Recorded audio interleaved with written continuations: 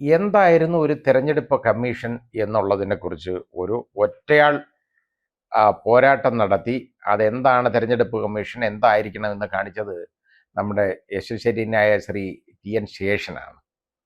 അദ്ദേഹം മൂലമാണ് ഇങ്ങനൊരു സംവിധാനം നമ്മുടെ രാജ്യത്തുണ്ടെന്ന് ജനങ്ങൾ പോലും അറിയുന്നത്. മറ്റേത് ആരെങ്കിലുമൊക്കെ അവിടെ പോയിരിക്കും, എന്തെങ്കിലുമൊക്കെ ചെയ്യും, അങ്ങ് പോകും, വെറും പാസീവായിട്ട് ഇങ്ങനെ പോയിക്കൊണ്ടിരിക്കും. ഇത് കഴിഞ്ഞ് തെരഞ്ഞെടുപ്പ് കമ്മീഷൻ ഒരുപാട് വലിയ പ്രസക്തിയുണ്ട് എന്ന് ജനങ്ങൾ തിരിച്ചറിഞ്ഞു തുടങ്ങിയപ്പോൾ അപ്പോൾ അതിനകത്ത് അപ്പോയിൻമെൻറ്റിന് വേണ്ടി ആ ഇലക്ഷൻ കമ്മീഷൻ നിയമിക്കുന്ന ആ സംവിധാനത്തിൽ ഇന്ത്യൻ ചീഫ് ജസ്റ്റിസിനെയും കൂടെ ഉൾപ്പെടുത്തിയിട്ടുണ്ട്. പക്ഷേ ഈ അടുത്ത കാലത്ത് ഒരു അമെൻമെൻ്റ് അങ്ങ് കൊണ്ടുവന്നു.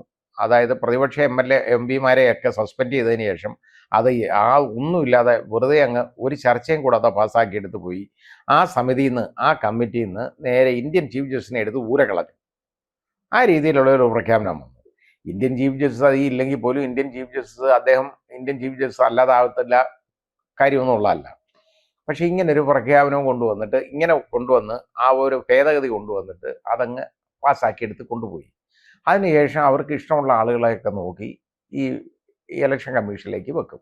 പ്രതിപക്ഷ നേതാവിൻ്റെ മാത്രം എതിർപ്പുണ്ടെങ്കിലും അതിന് യാതൊരു വിലയും കൊടുക്കത്തില്ല, ഒന്നുമില്ല. കാരണം ആ എതിർപ്പ് കാര്യമില്ലല്ലോ, കാരണം ഭൂരിപക്ഷമല്ലേ നോക്കുന്നത്. ഈ രീതിയിലേക്കുള്ള കാര്യങ്ങളാണ് നടന്നുകൊണ്ടിരുന്നത്.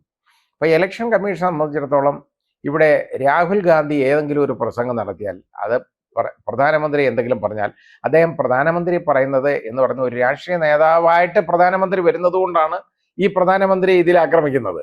പ്രധാനമന്ത്രി രാഷ്ട്രീയ നേതാവായിട്ട് മാറി ഇലക്ഷന് വേണ്ടി ഇതേപോലെ ഇറങ്ങി നടക്കുന്നില്ല എന്നുണ്ടെങ്കിൽ രാഹുൽ ഗാന്ധി പ്രധാനമന്ത്രിക്കെതിരെ ഒന്നും പറയേണ്ട കാര്യം വരുന്നില്ല. അങ്ങനെ ആ രീതിയിലേക്ക് പോകുന്നത് കൊണ്ടാണ് പറയേണ്ടതായിട്ടുള്ളത്. അവിടെ എന്ത് പറഞ്ഞാലും രാഹുൽ ഗാന്ധിക്കെതിരെ നടപടി പ്രശ്നമാണ്, നമ്മൾ കാണുന്നതാണ്, നമ്മൾ കണ്ടതാണ്.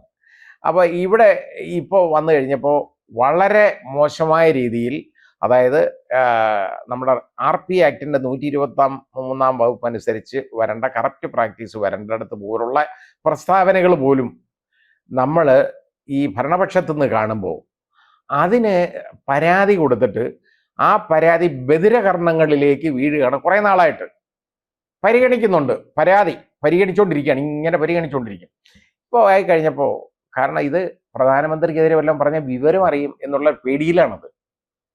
അങ്ങനെ ഇലക്ഷൻ കമ്മീഷൻ എന്ന് പറയുന്ന ആ നമ്മുടെ ഭരണഘടനാ സ്ഥാപനം ഭയക്കേണ്ടവരല്ല. ഇലക്ഷൻ കമ്മീഷനെ ആര് നിയമിച്ചു എന്നുള്ളതല്ല പ്രശ്നം. ഇലക്ഷൻ കമ്മീഷന്റെ ജോലി എന്താണ്? സ്വതന്ത്രമായിട്ട് നീതി നിർവഹണത്തോടുകൂടി ഉള്ള ഒരു ജനാധിപത്യ പ്രക്രിയ നമ്മുടെ രാജ്യത്ത് ഉണ്ടാക്കിയെടുക്കേണ്ട ബാധ്യതയുള്ള ആളുകൾ, ഉത്തരവാദിത്തമുള്ളവരാണ് ഈ ഇലക്ഷൻ കമ്മീഷൻ. അതൊന്ന് തിരിച്ചറിയണം. അതല്ലാതെ പ്രധാനമന്ത്രി ആയതുകൊണ്ട് ഞാൻ അദ്ദേഹം പറഞ്ഞത് ഇങ്ങനെ പറയാൻ പോയാൽ എങ്ങനെയാണ് എന്ന് ചിന്തിക്കേണ്ടതല്ല. കാരണം ഒരു ജുഡീഷ്യറിയുടെ ജോലി തന്നെയാണ് അവിടെ ഇവരും ചെയ്യേണ്ടത് ഈ ഇങ്ങനെയുള്ള തീരുമാനങ്ങളിൽ. കാരണം ഒരു ജുഡീഷ്യലായിട്ട് ഉള്ള ഒരു കാഴ്ചപ്പാടോടുകൂടി വേണം ഇലക്ഷൻ കമ്മീഷൻ അവിടെ ചെയ്യാൻ.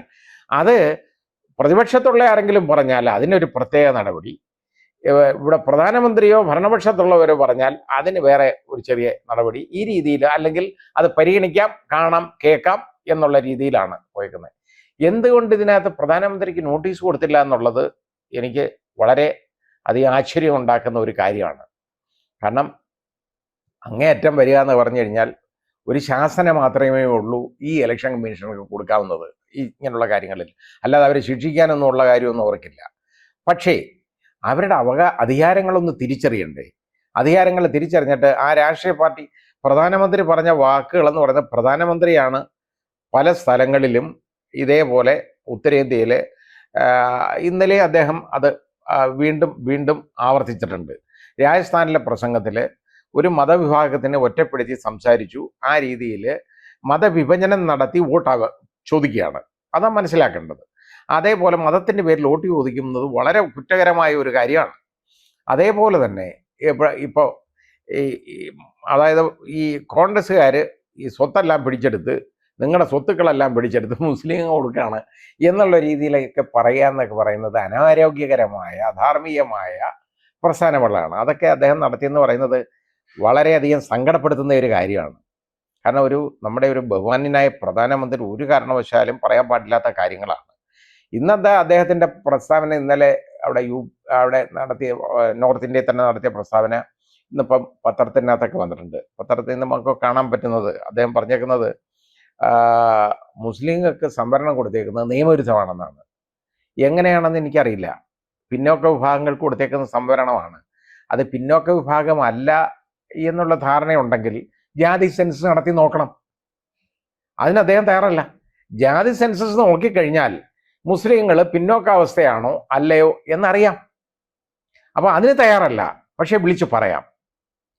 അപ്പോൾ പല പ്രാവശ്യം ഒരു കളവ് വിളിച്ചു പറഞ്ഞു കഴിഞ്ഞാൽ അത് നേരായി മാറും എന്നുള്ള ഒരു പ്രിൻസിപ്പിളാണ് ഇവിടെയും അഡോപ്റ്റ് ചെയ്യുന്നത്. അപ്പോൾ അത് ശരിയായ ഒരു കാര്യമല്ല. അങ്ങനെ വിളിച്ചു പറഞ്ഞു എന്നുണ്ടെങ്കിൽ ഈ ഇലക്ഷന് വോട്ടെടുപ്പിന് മുമ്പേ തന്നെ അതിനെ നിയന്ത്രിക്കാൻ ഇലക്ഷൻ കമ്മീഷൻ ബാധ്യതയില്ലേ?